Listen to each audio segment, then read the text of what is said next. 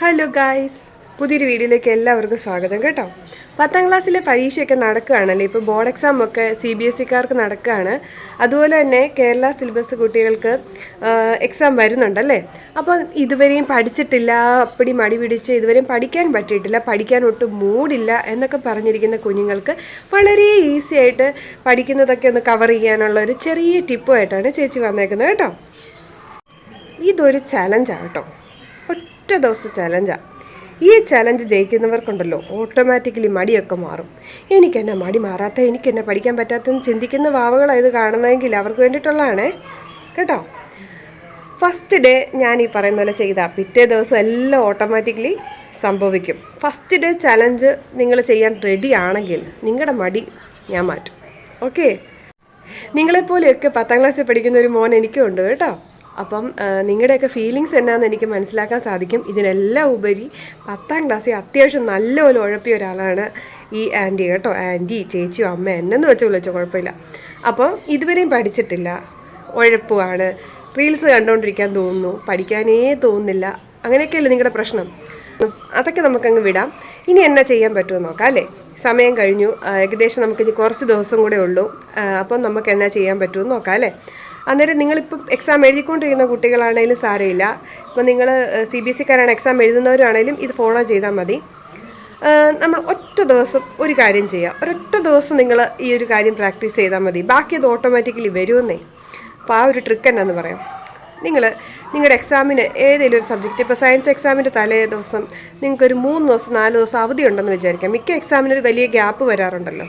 അപ്പോൾ ആദ്യത്തെ ദിവസം നമ്മൾ പ്രധാനപ്പെട്ട ടീച്ചർ റിവിഷൻ ടൈമിൽ പറഞ്ഞു തന്ന പ്രധാനപ്പെട്ട ഒരു 5 ക്വസ്റ്റ്യൻ നിങ്ങൾ 5 വലിയ ക്വസ്റ്റ്യൻ, ഫസ്റ്റ് ഡേ 5 വലിയ ക്വസ്റ്റ്യൻസ് നിങ്ങളൊന്ന് പഠിച്ചിട്ട് ഒറ്റത്തവണ എഴുതി നോക്കുക. ഇത് മാത്രം ചെയ്താൽ മതി. ഒരു ദിവസം ചെയ്താൽ മതി. പിറ്റേ ദിവസം നിങ്ങൾക്ക് എന്താ ഫീൽ ചെയ്യുന്നതെന്ന് വെച്ചാൽ അത് നിങ്ങൾക്ക് ഓക്കെ ആണെന്ന് തോന്നിയാൽ മാത്രം അടുത്തത് നിങ്ങൾ ഫോളോ ചെയ്താൽ മതി. ഇതിൻ്റെ മാജിക് എന്നാന്ന് ഞാൻ പറഞ്ഞു തരട്ടെ.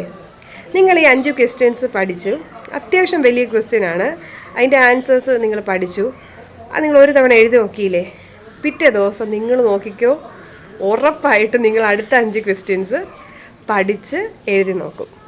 ഏകദേശം ഇങ്ങനെ നിങ്ങളുടെ മടി മാറി ഒരു ആത്മവിശ്വാസം വന്ന് ഏകദേശം നിങ്ങൾക്ക് പരീക്ഷയ്ക്കുണ്ടല്ലോ അത്യാവശ്യം, അതായത് തോറ്റുപോകുമെന്ന് വിചാരിക്കുന്ന കുട്ടികൾക്ക് വേണ്ടിയിട്ടുള്ള വീഡിയോയും കൂടിയാണ്. അപ്പം അത്യാവശ്യം നിങ്ങൾക്ക് ജയിക്കാനുള്ള മാർക്കിനുള്ളത് നിങ്ങൾ തീർച്ചയായിട്ടും അവിടെ പോയി എഴുതിയിരിക്കും.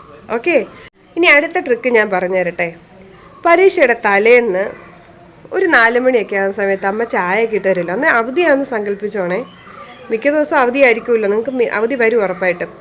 അന്നേരം നിങ്ങൾ എന്തെടുക്കാമെന്നറിയാം, ചായ കൂടിയൊക്കെ കഴിഞ്ഞിട്ട് നിങ്ങൾക്കൊരു 10 ചാപ്റ്റർ ഉണ്ടെന്ന് വിചാരിച്ചു. എല്ലാ ചാപ്റ്ററിലെയും 1 വേർഡ് നിങ്ങളൊക്കെ എവിടെയെങ്കിലും ഒക്കെ അടയാളപ്പെടുത്തി വെച്ചിട്ട് വരാൻ ചാൻസുള്ള 1 വേർഡ് ക്വസ്റ്റ്യൻസ് ഒക്കെ ജസ്റ്റ് നിങ്ങൾ എഴുതുകയൊന്നും വേണ്ട, ഒരു തവണ വായിച്ചാൽ മതി.